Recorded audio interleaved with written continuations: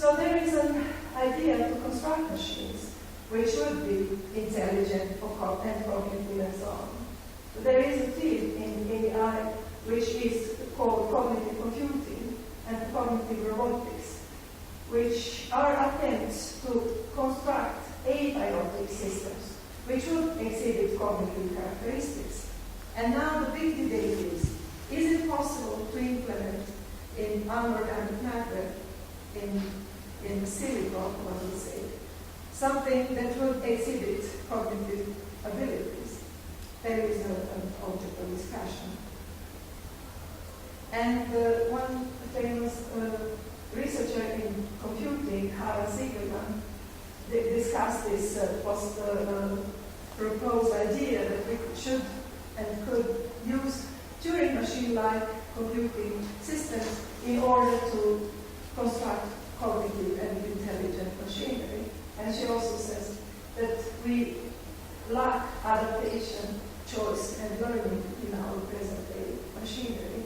So if we really want something to be truly cognitive, that thing must have those abilities. And very interesting thing that she found in Turing's text was that Turing says, if you want a truly intelligent machine, that machine will make mistakes. If it is a machine which is totally perfect, then it is not intelligent, because it is not exploring new fields, it is not learning new things. So if you really want true intelligence, you must pay by sometimes getting crazy results from this machine. So it was interesting observation.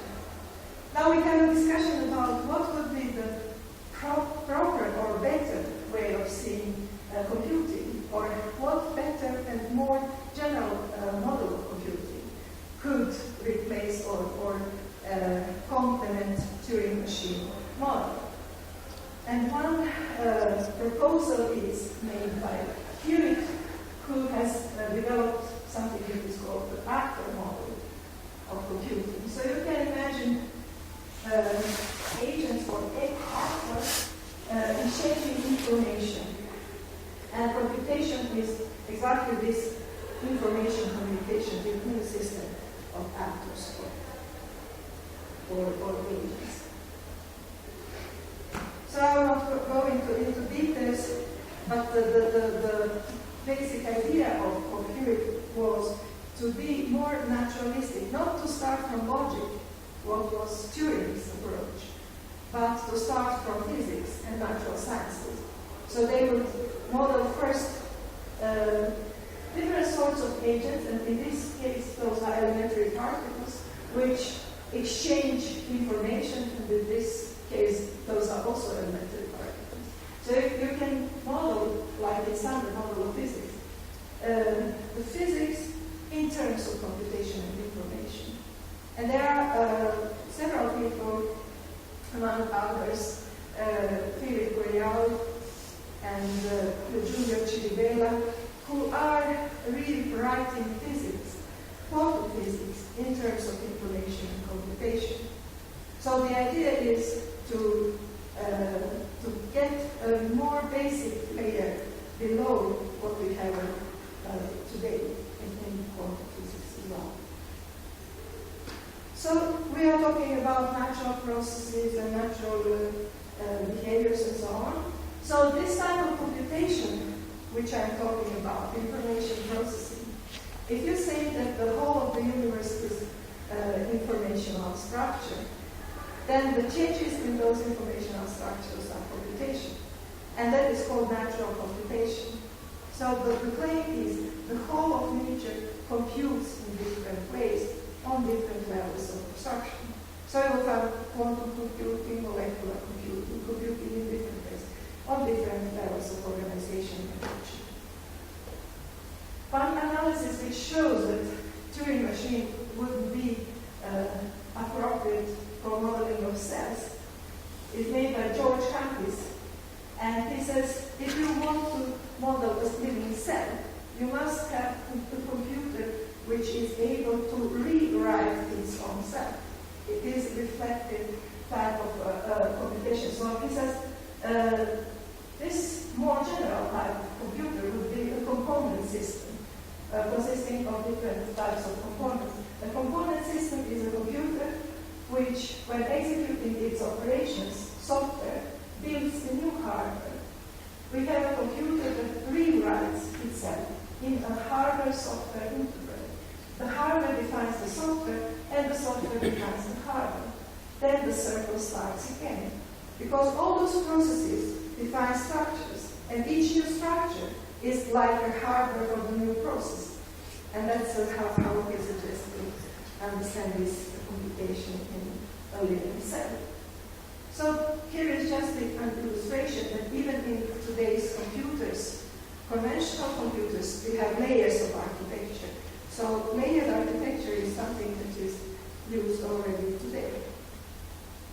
And information, the illustration of information as, or computation as information processing shows us as the input data enter the process, you change the structure and you get new information and the new process starts again. So if you want to explain cognitive information processing, this was an old model from 1985. So one would say an agent gets information in its receptors, sensory register registers this information, selective register comes the next, then the short-term memory, then encoding, and then long-term memory, and that's it. What happens, what we know today, is that we must have loops all the way, and loops in between. So this long-term memory is not a passive thing. You have to use it in order to get input as well, to recognize the input. One big topic is multi-sensory information integration. So you have not only one sensor, not only visual, not only audio information, but you have many sensors. We have many sensors in our body. And our consciousness is integration of all those sensory data, or all this sensory information, which gives us a feeling where we are, what's happening with us, and so on. So that is something that people are still working very intensely on, understanding how this actually happens in the brain, the integration of information from all different sources that we have. So this is the picture that illustrates an agent.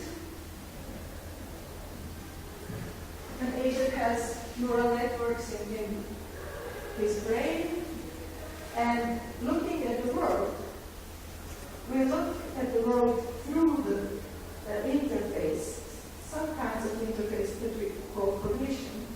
And the world is something outside that we try to interpret based on input data that we get and integrate. So this is a scheme of how it could look like, or see elegance, to look at the world and to make some sense. For example, see elegance would not see big objects. It would see molecules and things which are very close to it. And it has some visual apparatus, which are not eyes, but something that gives inputs to the visual system.